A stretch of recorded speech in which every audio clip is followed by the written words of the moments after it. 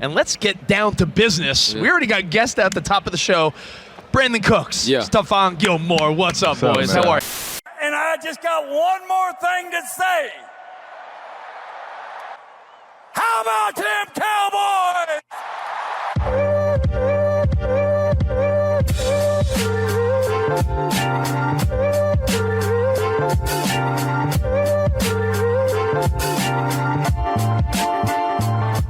What's going on, Cowboy Nation and Angry Cowboy fans around the world?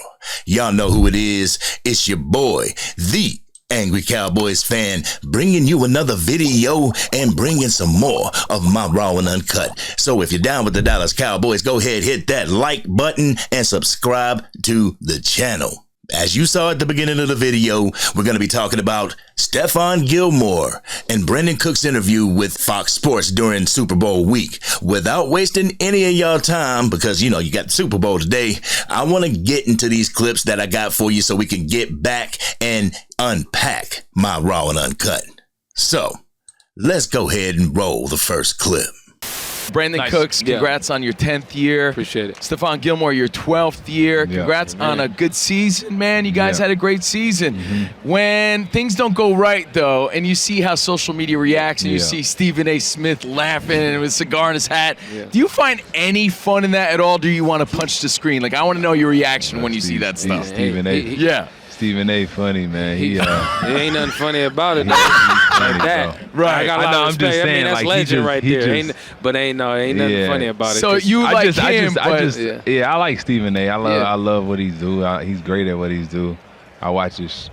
I mean, I used to watch his show a lot until I was on the Cowboys. But he's great at what he do. But you know, he's just funny. He's just a funny human being. So you'll see it on general. your phone, and you just look at it and shake your head, basically. Yeah, that's how it works. Got to tune out the noise. Yeah. So good and bad, you tune out the noise. Either way, or if you have a good game, you want to see the highlights. No, good and bad at the end of the day, because you do it good 1 week, all right, repeat it again. That's what my bro Gilly always tell me about. So, no, good and bad, I'm tuning it out, because you'll never want to get too high, never get too low. I think, Brandin, that's an interesting point, because, you know, we do this every day. We have more fun. We're not X's and O's types of guys. But we laugh at how week to week the narrative changes. And you guys, I mean, like you said, you try to block out the noise, but if you didn't, how wild is it 1 week? Cowboys are the team to beat the next week. It's like they're done. Like drinking your own juice, you got to stay away from it. You can't, like you say, can't get too high, get too low. Did you hear the intensity in Brandin Cooks' voice when he said, ain't nothing funny about that? He's 100% correct. Ain't nothing funny or all love when Stephen A. Smith does what he does to the Dallas Cowboys and Cowboys Nation. There's nothing funny about being called a rat or a cockroach. I'll keep it a buck with you. I truly appreciate Stephen A. Smith as a journalist and as an analyst of the sport that I love, which is football. He's great with his expert opinion on teams and players, whether it's basketball or football. Stephen A. is the best at what he does. Stay away from MMA though, Stephen A. Just saying. Both Brandin Cooks and Stephon Gilmore try to block out the noise from the talking heads and the negative fans. They put their heads down and continue working on winning football games. I'm going to have more about this in my Raw and Uncut portion of the video, so make sure you continue watching, y'all. But let's go ahead and get to the next clip. Oh, you know what then? What happens if your buddies or family members want to talk about, hey, did you hear what so-and-so said, or what went viral, or if they ask you questions, I don't even want to talk about that. My family know what's up. So you just shut it down. They know. They don't ask me for it. They don't ask me. Bash your son though. That's the only one. And he get it hard from his son. Oh, really? Son, bro. And sometimes he go against me. I'm like, who your favorite player? Like last year I played against Justin Jefferson. He like Justin Jefferson better than me. Like, what are you doing? It's like Chappelle. It's like ride him out the wheel. Chappelle's kid likes Kevin Hart better. Yeah. But that's funny, man. That's, you know, the Cowboys. You guys had a situation earlier where there were family members of some of your teammates chirping, and I do wonder other times you've had to tell a friend or family member like, "Yo, don't be tweeting about what's doing." Like I said, my family know what's up. Like, mind your business when it comes to that. You know, come out, enjoy the game, but don't get to talking because at the end of the day, that's the people I'm going to war with. You know what I mean? Yeah.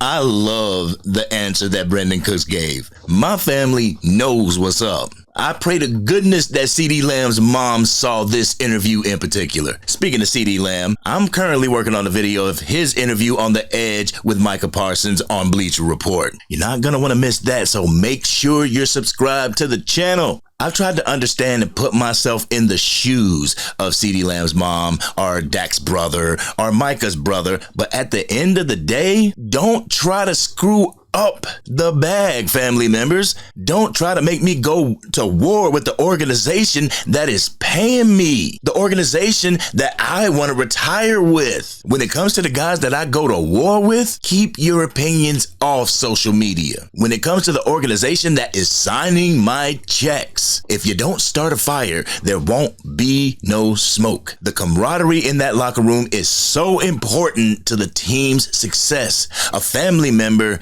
saying those types of things on social media can sow doubt in a locker room. But let's go ahead and play the final clip for y'all so I can get into my raw and uncut. Y'all ready? Here you go.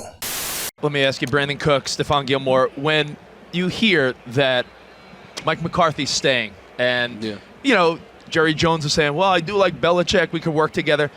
Do you guys start texting your teammates like, yo, you hear what's going on? Do the group text start going nuts or no? Yeah, I mean, I don't know. You don't know what to believe, honestly, because you can't really look at that stuff because you can hear that stuff and nothing happen. You can hear it and something happens, so you just never know. Right, so it doesn't even pay to react, right? Exactly. Until it happens. Yeah. Again, my pay grade. Just make the decision and hey.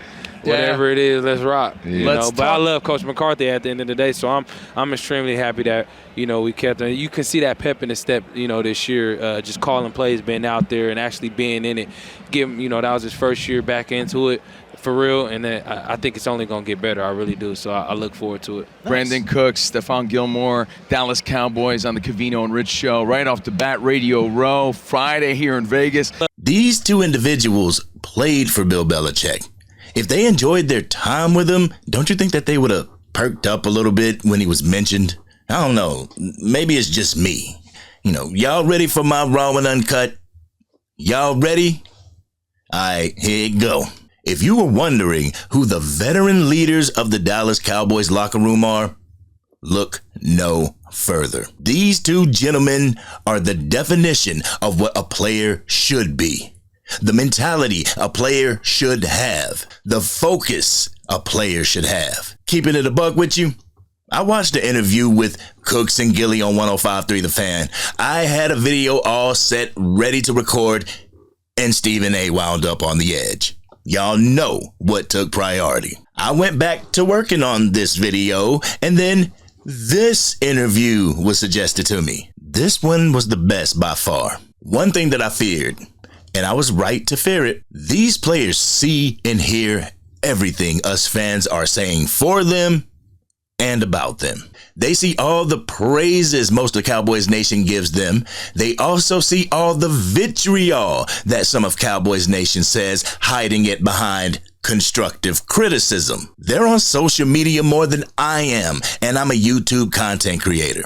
That's the thing I like about Brandin Cooks and Stephon Gilmore. They go dark. They tune it out during the season. They don't have to have their phones checking them after every drill in training camp.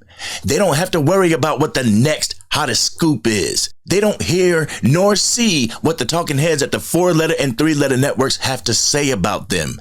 They don't play into that. They stay focused on the task at hand. They may go on an interview or two, but you know that comes with the entire thing of football. Making your top 5 wide receiver list doesn't. Like I stated earlier, Micah Parsons had CeeDee Lamb on his podcast the other day, and they talked about a lot of topics that wasn't football. At this point, I'm waiting to see them talk about football, not who would be your all-time starting 5 in basketball. By the way, mine is Jordan, Kobe, LeBron, Shaq, and Durant. Just saying. I truly wanted to hear about both Parsons and Lamb's mental state during and after the Green Bay Packers wildcard game. Better that than to hear about Micah Parsons' drip at the NFL honors. True football fans don't care if he would have showed up in bell bottoms and a neon fishnet tank top.